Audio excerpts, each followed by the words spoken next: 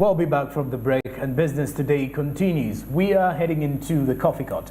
Now, tonight we have a rerun of our financial inclusion discussion with Fred Makuya. Let's have more of this one.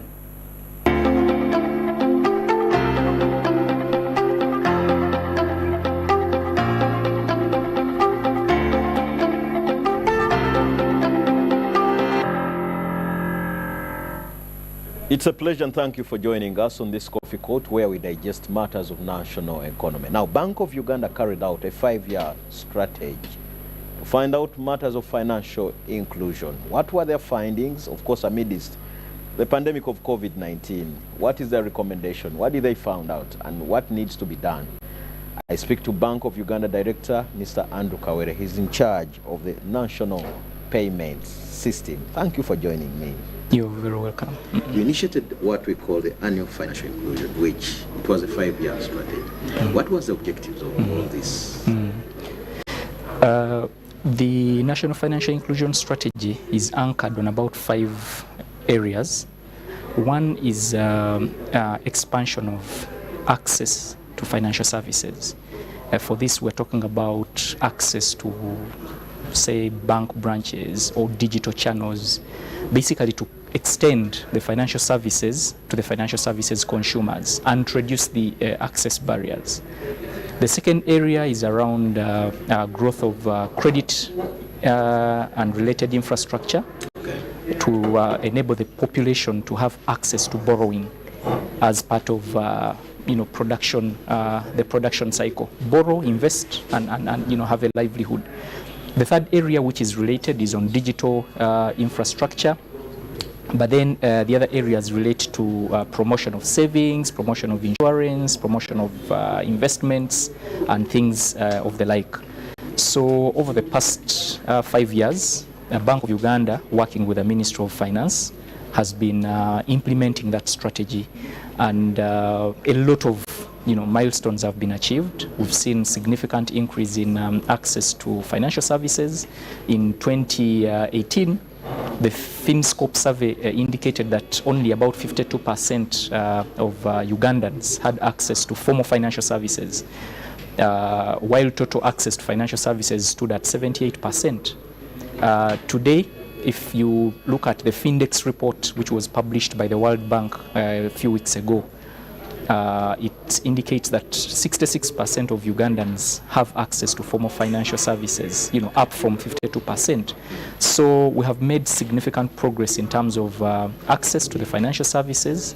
Significant progress has been made in terms of delivery of services, especially through the agent network.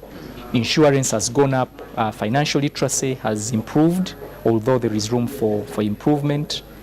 We've made strides in credit and so many other areas. So today's event is an opportunity to showcase what we've achieved and to devise means in terms of policy interventions which can help us to scale up some of those achievements. You've talked about the 52%. Is this a good percentage if you're to take measurement? No. It's not good, and it's below our target. So you had the Permanent Secretary today, Minister of Finance. He mentioned that our target in terms of access to financial services should be about 80%. So we were at 54% in 2018. Okay. Findex has put us at 66%. But remember, the 66% is only for the formal financial services. That is the bank accounts and the mobile money accounts. So we think that we are actually much higher than the 66%. So should we say you've underscored?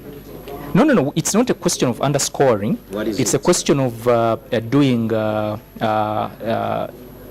survey to particularly find out where we are. The Findex that I'm quoting is a World Bank survey. Okay. So Bank of Uganda, with our development partners, intend to run a financial inclusion indicators survey probably next year, and that will give us the actual position of where we are in terms of total access to financial service. I mean financial inclusion in general. Yeah. So the Findex is only access to bank accounts and mobile money accounts. But there are so many other financial services providers who are not a bank or a microfinance deposit taking institution. And that is why I'm very hopeful that our real level of financial inclusion access to these services is significantly higher than the 66% indicated by Findex. So regarding the findings, what exactly in details have you found out as Bank of Uganda? The other interesting finding is that there has been closure of the gender gap in terms of financial inclusion. In 2013, women had a very low score in terms of access. But today, according to Findex, that gap has been narrowed down to 2 percentage points between the men and women. Okay. And we're very happy, to see that development backed up with statistics, because women, the youth, refugees are some of the vulnerable groups that are at the core of our financial inclusion agenda. Okay. So what is the recommendation in this report moving forward? No, the report is not ours. I think we are using the report to devise but you've been solutions. You've been a pillar in this. As a central bank, of course. Yes. And that's why we have this forum today. We are listening to the stakeholders, both public and private, to share thoughts on what we need to do to scale up these very good results and to address the challenges that we have faced. For example, some of the things that have been flagged already, things such as the survey that I told you about. We need to do a survey. We need to scale up digital financial literacy, which is the theme for today's event. We need to promote digital financial literacy because the digital services have significantly driven financial inclusion. So those are some of the things that have come up already. But of course, today's workshop, we're looking forward to further comments and proposals for additional policy interventions. Which key players have you engaged? This? No, we are working with so many development partners. Of course, the primary Ministry of Finance is a key stakeholder. We have other regulatory authorities, the Insurance Regulatory Authority, the Uganda Retirement Benefits Regulatory Authority, the Capital Markets Authority, the Uganda Communications Commission, Uganda Microfinance Regulatory Authority, and then we have development partners such as the UNCDF. We have the Financial Sector Deepening Uganda, and so many other participants in these discussions. A key other stakeholder is the Alliance for Financial Inclusion, who have been very, very supportive partners in this financial inclusion journey. Okay. I don't see any common person in this, and you can't speak about financial inclusion and you neglect or leave out the common person.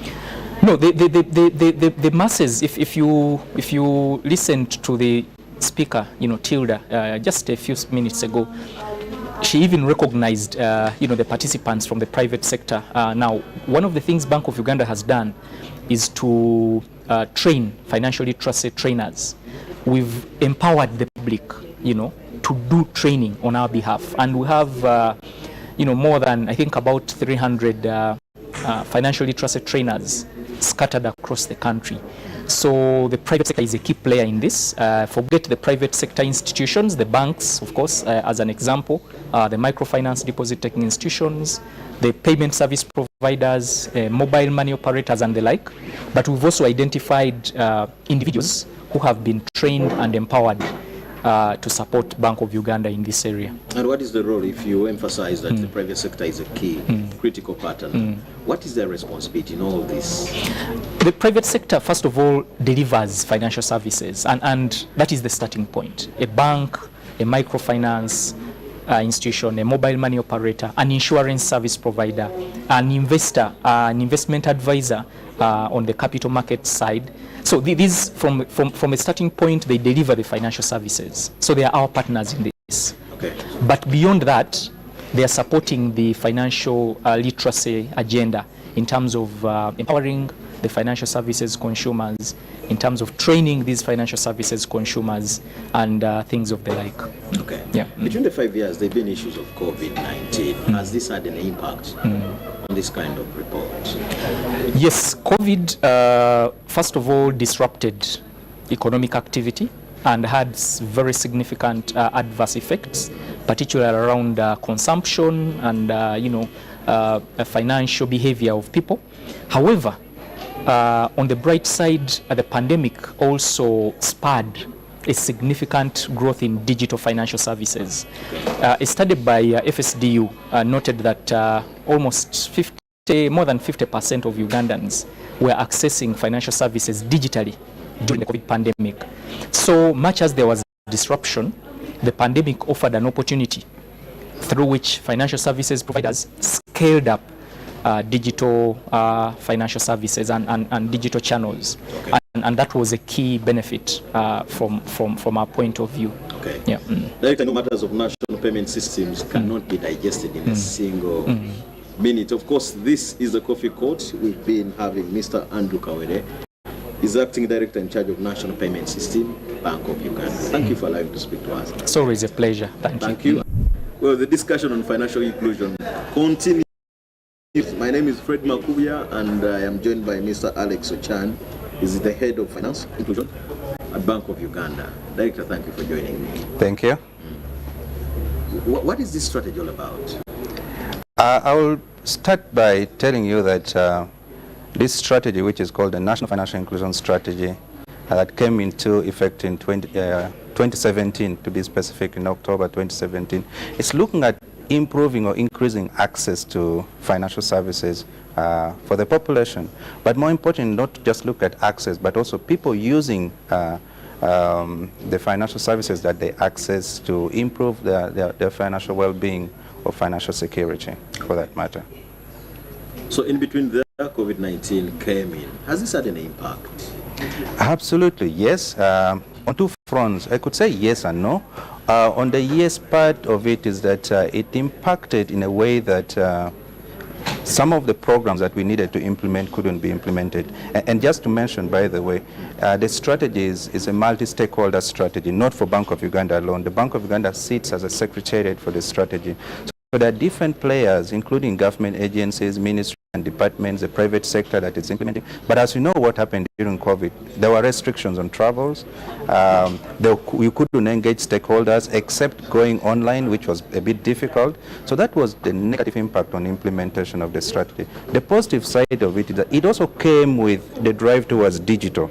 And more especially if you remember how payments, everything was digital, from transport sector to digital payments, that scaled up acceptance of digital payments by the population. Think about mobile money. Uptake of mobile money went up. Government itself was implementing some of the payments using mobile money. So I think it had a negative but also a positive side. Of course, COVID also taught people that you need to save, you need to prepare for bad days. Some of the findings that came out showed that people could not live for a given number of days using their savings, meaning that we have a lot of Ugandans who are doing hand to mouth. You get today, eat today. Get today, eat today. So you don't have any buffer in case of any trouble. Okay. So it also taught Ugandans on the need to save and prepare for a bad day. Did you find any missing link in between the process? I could talk of the links in terms of the implementation. You know, when you're given a strategy, it's a paper. Then putting the paper in practice is another thing. So there was a bit of a delay at the beginning to put the entire implementation mechanism in place. We lost a bit of time, and also we got impacted by COVID in terms of how we move forward. But all that provides lessons on what do you do going next, and that is where we're going into now, the second strategy. To what extent were the banks involved? Because you can't talk about Bank of Uganda and you don't talk about the other financial banks. To what extent were they involved? You remember what I said? That it was a multi-stakeholder strategy. We have the regulators on one side, but also the players. We don't go out into the population to provide financial services. We provide an enabling environment for them to be able to thrive and go and provide the financial services. Think about agent banking regulation that came on board in 2017. That was on the regulator side. Can you give a law that enables the players in the market to provide agent banking services? Now, once that regulation is in place, then the players are able to onboard agents. And as I mentioned earlier on, we have in excess of about 27,000 agents spread across the country. Think about the NPS law that came into effect in 2020 and implementing regulations in 2021. We've provided the payment service providers with a platform to provide services to the population. As we speak, Mobile money agents are in excess of about 460,000 spread across the country. So as a regulator, you provide that environment for the private sector to thrive. There are a number of other regulations that came into play during that period. I think I spoke about the security interest in movable property collateral, where border or somebody who has a motorbike can register that as a security, and they borrow against that facility. Are you saying that this was a successful process? By large, yes. By large, yes. Think about, we spoke about the level of financial inclusion. The percent of population that had access to financial services, if I base on the last survey we did in 2018, was about 58% of Ugandans. As we speak now, based on the World Bank recently released Global Findex, we are talking about 66% having access to financial services, being driven by largely mobile money or digital financial services. And by the way, when I talk about the 66%, I'm only talking about having an account. So think about having access to other financial services, which may not even be regulated, like VSLAs. People are accessing financial services, especially in the rural areas. Okay. So by far, I think it's been a good progress, but we can always do better. Financial inclusion is one of the things government is looking up to drive us into Agriculture Vision 2040. What do you make of this, Director? I think all strategies should be aligned to the national program. And you look at transforming Uganda from a peasantry to a modern society by 2040. And there are many corners of doing that. One of them is financial literacy, financial inclusion. And I'm happy that we are talking about the parish development model, going to every parish. That is the lowest. And in fact, that is all aimed at achieving the bigger vision, which is Vision 2040, as indicated by His Excellency, the President. So what we are doing, we are all driving towards the same road, but using different approaches. Some are handling infrastructure, others are handling access to financial services. So it's a complete different mechanisms, but following the same road. At the end of the day, we are going to converge. I think what government has brought on board in the PDM is a very good vehicle for scaling financial inclusion. You look at having a circle in every parish. You know, if you combine that with other aspects of financial literacy, building the capacity of the borrowers at the parish level to use their funds well for the right purpose, then I think we're on the right, very good direction. Thank you for connecting PDM to this. What makes you think this will really work out? We've had many programs for government on board. What really gives us the hope? I think we need to start by believing. You're saying we've had many programs. Have they worked? Director. Haven't they worked? I think we need to start by have hope. Even the Bible says, if you start by saying you've had many programs, I'm very confident that the way we've started with the PDM, it should be able to work. I totally have no doubt about the PDM.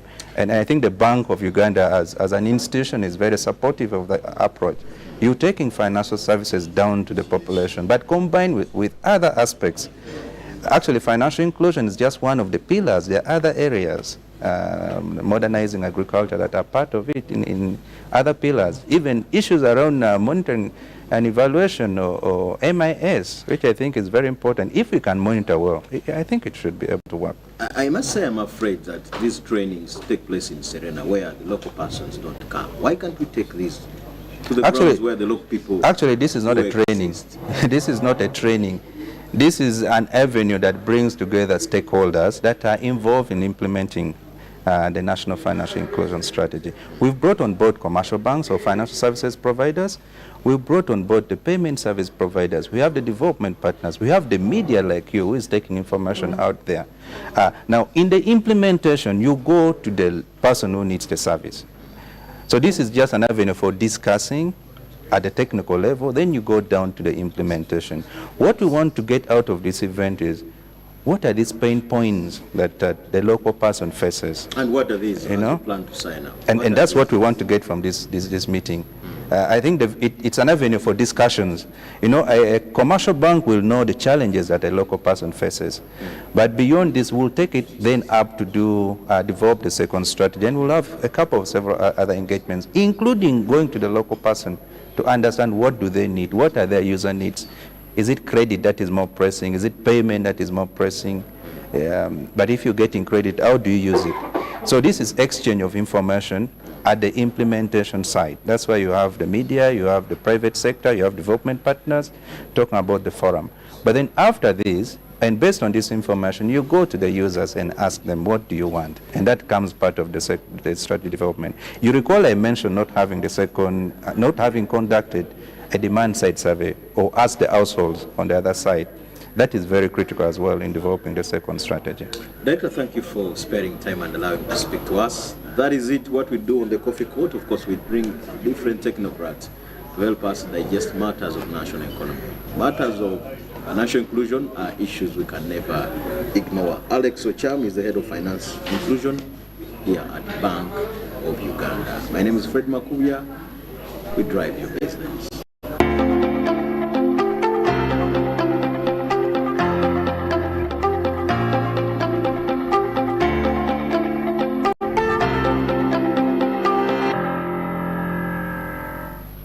All right, now we look at combating money laundering activities. As we follow up on the money laundering business in Uganda, most methods the launderers beat detection include wire transfers to move money across borders, use of foreign exchanges, as well as cash smugglers investing in high-value movable commodities, among others. People launder money in an attempt to explain that they acquired their wealth legitimately. In some countries, it is now considered a criminal activity, and therefore people launder in an attempt to evade the legal systems. Bronia Katusime reports. Launderers usually prefer to move funds through stable financial systems that are not regulated. Warning signs may include repeated transactions in large amounts by different people on the same day in one account, followed by large outlays and false social security numbers. Someone could theoretically claim all of the money as gambling winnings. What makes a business vulnerable is the kind of regulation that is around that business, and how easy it is for somebody to access it. So it is not about the business per se, but it's the regulation around it. It is the conditions that are prevailing at the moment that make that business vulnerable. We can also cite maybe like cryptocurrencies that are now, everyone is talking about them. They're not regulated. So, and that means that anyone can go in, anyone can come out. You hear somebody's buying coins and they're using cash to buy coins, and because it is not regulated, it can easily be used. I'm not saying that cryptocurrency, I'm just using it as an example. Run a deal. Let's say I have run a deal of 200 million, and in actual sense the deal is valuable at 150 M. So there's a way I can manipulate the 50 million from the 200. That money that is put aside, that 50 million, is not going through the system. It is what I'm calling the laundered money, because no one is going to follow up on that money. You can put a quotation, or you can give a client a quotation of, let's say, 10 million, and in actual sense the products is buying, they're only costing 80 million. So the 2 million is being laundered around with so many people that are within that cash range. Even corruption, you're looking at it in the way of the government, but how about the other side, which you don't look at? You don't look at somebody having more than they need, and so they cause an inflation somewhere that for you who genuinely earned your money, you cannot go to the same supermarket, but they're going to increase sugar, they are increasing posho, they're increasing beans. You work 8 to 5. All financial institutions, from large banks to small credit unions, are advised to always be cautious of such acts. By various things. The high taxes that are put on money, they cause people to do what? To go in for money laundering. Because you may find I'm earning something like 200,000, and the government is removing pay-as-you-earn tax from my 200,000. They are removing charges for different taxes. So which makes me think maybe in case there is a way I could get this money without officially going through the government financial institutions. Advice, it is not good for any citizen because it's a number one cause of inflation. You might think that you are not affected, but if you see, for instance, a kilo of sugar going up to 5,000, 6,000, and people are not complaining and they're still buying, that means that they have other sources other than the ones that you know. And for them, they are not affected. And that's why they will not come back to bargain because they have the money. So it causes inflation. Money laundering is a problem not only in the world's major financial markets and sea centers, but also in emerging markets. As emerging markets open up their economies and financial sectors, they become increasingly appropriate targets for money laundering activities. Money laundering creates unpredictable changes in money demand, as well as causes large fluctuations in international capital flows and exchange rates. Bernia Katsime, Business Today, Smart 24 TV. All right, now, among the various technologies introduced in the realm of efficient household heating and cooking methods are stoves. The most popular ones are widespread in both urban and rural communities. By improving the efficiency of wood stoves, the amount of toxic smoke and health risks to the family are minimized. Given these and other concerns, a good cooking stove is one that meets technical, scientific and safety standards. Now, this report by Winnie Nakauchi looks at the improved local cooking stove. Station has led to an annual loss of 4.4 million hectares of forest in Africa between 2015 and 2020. The conversion of forest to other land uses has affected mostly the eastern and southern areas of the continent, with a deforestation rate of 2.2 million hectares per year. In West and Central Africa, around 1.9 million hectares of forests are lost per year in the same period, despite a slight reduction observed in the period 2015-2020. The continental deforestation rate has generally increased since 1990. From that year until 2020, Africa has seen the greatest loss in forest area, more than any region of the world. But the amount of firewood that you are burning every day is what makes sense. Stoves that we produce today can consume fuel and saves up to 75% compared to an open fire. The open fire I'm talking about is the 3 stones where people put saucepan and start cooking. There you can only use between 17 to 20%.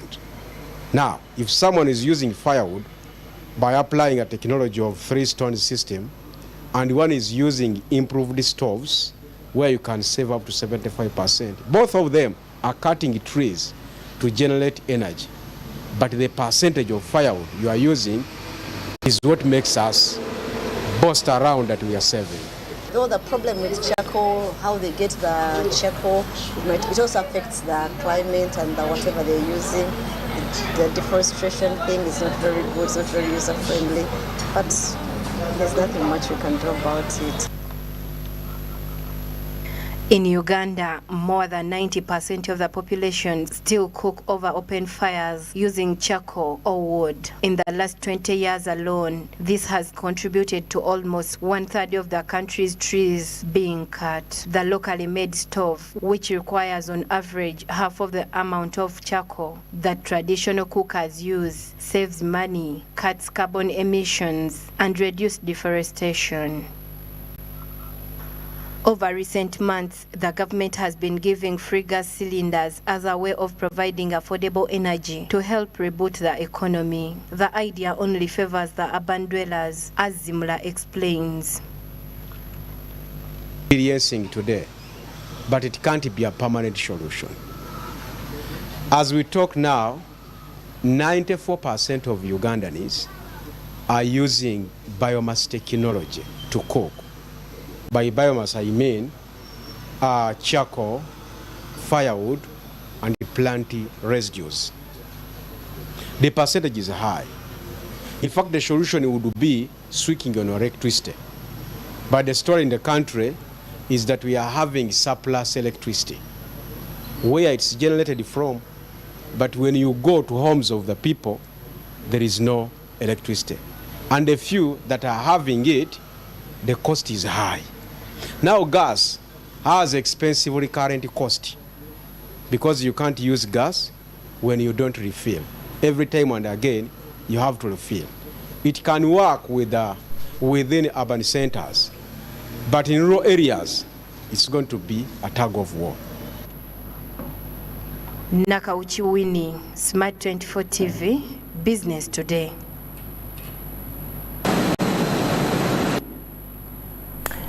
It is Friday to all the business community, and that means the weekend is ahead of us. 12th of August 2022. I'm Jerome Paul Soko with Winnie Williams and Nakauchi on sign language.